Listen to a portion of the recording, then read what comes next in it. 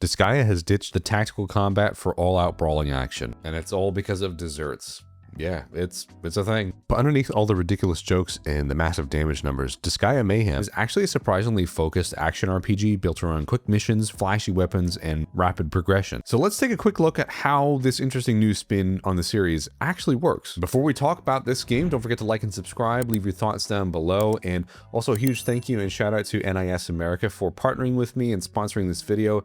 I'm super grateful for the opportunity, so let's take a look at this game. It's actually pretty fun. So the story here follows N.A., a mercenary hired by the young overlord Tichel to bring order back to the super duper netherworld. Following the death of her father, its demons have split into rival factions, and naturally the key to fixing everything is recovering a legendary dessert called the Pristine Gleam Flan. Yes, I wasn't kidding about the dessert themes here. It's a thing.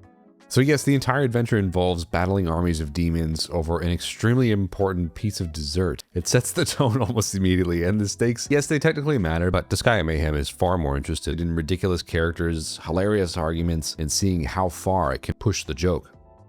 So rather than controlling an entire party across a tactical grid, Disgaea Mayhem puts you directly in control of one character as you tear through groups of enemies using different weapons, special abilities, and monster partners. This still has the exaggerated attacks and enormous damage numbers and a strange sense of humor that the series is known for, but everything has been reworked into a much quicker action RPG format. This might look a little bit like a Dynasty Warrior style game with the large groups of enemies and flashy attacks filling the screen, but it's actually a little bit more focused than that. To take on missions, you enter a contained stage, clear several waves of enemies, and work your way towards a boss, making it feel more like a smaller arena brawler than a huge sprawling battlefield. Now, the game is structured around a central hub where you can prepare your character, upgrade equipment, select your next mission, stuff like that. Missions are divided into episodes as well, with each episode containing 4 smaller stages. I mean, it's all very straightforward. I never felt overwhelmed, kind of second guessing where I need to go. You approach the story mode, you do the missions, or you upgrade and you go there. Like, it's all clearly laid out. And the episodic structure is honestly one of my favorite things about this game. Most battles are quick and very easy to understand and do not demand a massive time commitment. You can jump in, clear a few missions, and make some meaningful progress, and then just put it down again. And believe me, as someone who rarely has time to sit down for a few hours at once anymore, I really appreciated how naturally the game fits into shorter play sessions. And the regular enemies are generally there to let you cut loose and experiment with your attacks, but the larger bosses offer a little bit more of a stronger challenge, and you might learn this the hard way. There is a noticeable jump between fighting groups of smaller enemies and taking on one of the major encounters. You need to pay much more attention to positioning and dodging and when to commit to your bigger attacks, which helps stop the combat from becoming completely mindless. Now, the weapons are not just cosmetic either.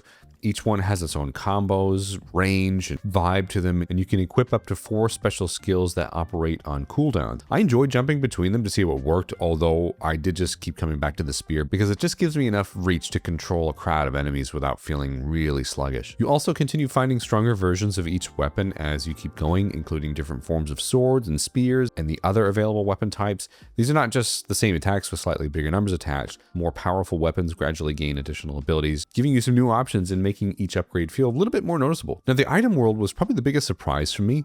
You essentially enter one of your pieces of equipment and fight increasingly large waves of enemies inside it, which strengthens the item while also handing out a huge amount of experience. It's an unusual system for sure, but it makes leveling feel really fast and rewarding and much less like traditional grinding. I actually like this a lot because it never felt like I was stopping the game to grind. You're still playing through these short combat stages and testing your build and collecting things, but you gain a surprisingly huge amount of experience pretty quickly. And once I understood how that worked, it became one of the parts of the game that I just kept coming back to. It was just really fun. Throughout your journey, you'll be able to add a monster partner, and they have a much bigger role than just following you around and attacking things mindlessly. Through something called Magichange, they can temporarily transform into an alternate weapon, giving you a completely different set of attacks before unleashing a massive finisher. It is over the top, it's visually excessive, and it's the exact sort of thing that makes this game so entertaining. It adds another layer of building to your character because you're not only choosing which normal weapon you want to use, you're also deciding what monster abilities might complement that weapon and what fight you should be bringing them to. And some of these attacks deal an insane amount of damage,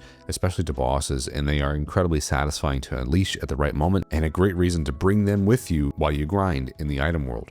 The other thing that immediately stood out to me was the writing. I mean, Disgaea Mayhem is super funny. You can tell that the localization team had a lot of fun with this script. The dialogue has a very modern feel to it, with plenty of out-of-pocket jokes, unexpected swearing, and characters constantly saying things that really just surprised me, honestly. And the story itself is centered around desserts and demons and a whole lot of deliberately ridiculous nonsense. I mean, I'd be lying if I said that I was completely invested in every aspect of the plot.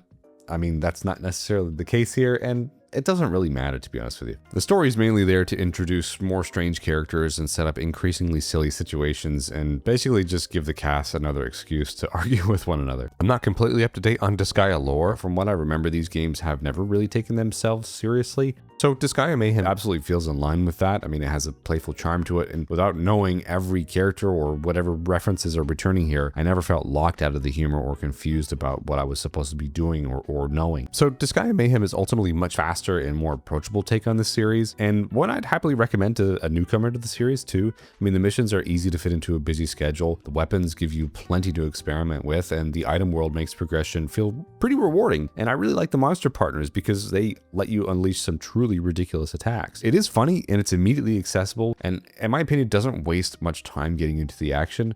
For existing Disgaea fans, it offers a completely different way to experience the series, while again, newcomers can jump in without needing to understand decades of characters and lore. So Disgaea Mayhem is pretty fun. It's available now. You can even check out the demo, and it's a really perfect game for a time-poor dad like me. I've been playing this game on my portal the last couple days, and it's just been really fun to just play some bite-sized missions, and I still feel like I'm doing something. So thank you again to NIS America for sponsoring the video today. Check out the game. I think it's pretty fun, and thank you so much again for watching today's video. We'll see you again really soon. Bye-bye.